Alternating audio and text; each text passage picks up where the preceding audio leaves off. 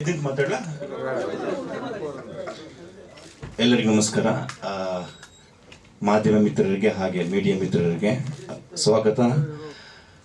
ತುಂಬ ಖುಷಿ ಆಗ್ತಿದೆ. ಇದೊಂದು ನಮ್ಮ ಚಿಕ್ಕದಾದ ಒಂದು ಸಕ್ಸಸ್ ಮೀಟ್ ಜಂಗಲ್ ಮಂಗಲ್. ಇದು ನಾನು ಕ್ಲಿಯರ್ ಆಗಿ ಹೇಳ್ತೀನಿ, ಇದೇನಂತಂದ್ರೆ ನಾವು ಕಮರ್ಷಿಯಲಿ ದುಡ್ಡು ಮಾಡಿದೀವಂತ ಸಕ್ಸಸ್ ಮೀಟ್ ಅಲ್ಲ.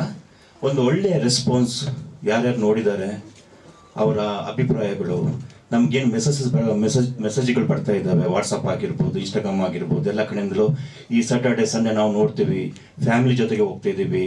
ಮತ್ತು ದಿಲ್ಲಿಂದ ಕಾಲ್ ಬಂತು, ಅಲ್ಲಿ ಕನ್ನಡ ಸಂಘದಿಂದ ನಿಮ್ಮ ಮೂವಿ ಬಗ್ಗೆ ಒಂದು ಒಳ್ಳೆಯ ರಿವ್ಯೂ ಬಂದಿದೆ, ಒಂದು ಶೋನ ನಾವು ಇಲ್ಲಿ ಮಾಡಿಸ್ತೀವಿ ಅಂತ ಹೇಳ್ಬಿಟ್ಟು. ಆಮೇಲೆ NRA ಇಂದ ಫೋನ್ ಬಂತು, ನಿಮ್ಮ ಪಕ್ಕ ಇಲ್ಲ ಇದೆಲ್ಲ ಒಂದು 2-3 ವೀಕ್ಸ್ ಮುಗಿಲಿ, ನಾವು ಇಲ್ಲಿ ಶೋ ಮಾಡ್ತೀವಿ ಅಂತ ಹೇಳ್ಬಿಟ್ಟು.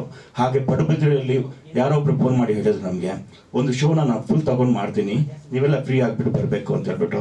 ಸೊ ಹೀಗೆ ಒಂದು ಚಿಕ್ಕದಾದ ಮೂವಿದು ಏನು ಸ್ಟ್ರೆಂತ್ ಇದೆ, ಅದರ ತಾಕತ್ತೇನಿದೆ, ಅದರಿಂದಾಗಿ ನಮಗೆಲ್ಲ ಕರೆಗಳು ಬರ್ತಾ ಇದ್ದಾವೆ, ನೋಡಿದವರು ಖುಷಿ ಪಡ್ತಿದ್ದಾರೆ. ಸೊ ಆ ಒಂದು ವಿಷಯನ ನಿಮಗೆಲ್ಲ ತಿಳಿಸೋಕ್ಕಂಥ ಒಂದು ಚಿಕ್ಕದಾದ ಸಕ್ಸಸ್ ಮೀಟ್ನ ನಾವಿಲ್ಲಿ ಇಟ್ಕೊಂಡಿದ್ದೀವಿ. ಈ ಮುಖೇನ ನಾನು ಕೆಲವೊಂದು ಜನರಿಗೆ ತುಂಬ ಥ್ಯಾಂಕ್ಸ್ ಹೇಳಬೇಕು. ನಾವು ಪ್ರೀಮಿಯರ್ ಶೋ ಮಾಡಿದ್ವಿ ಬೆಂಗಳೂರಲ್ಲಿ.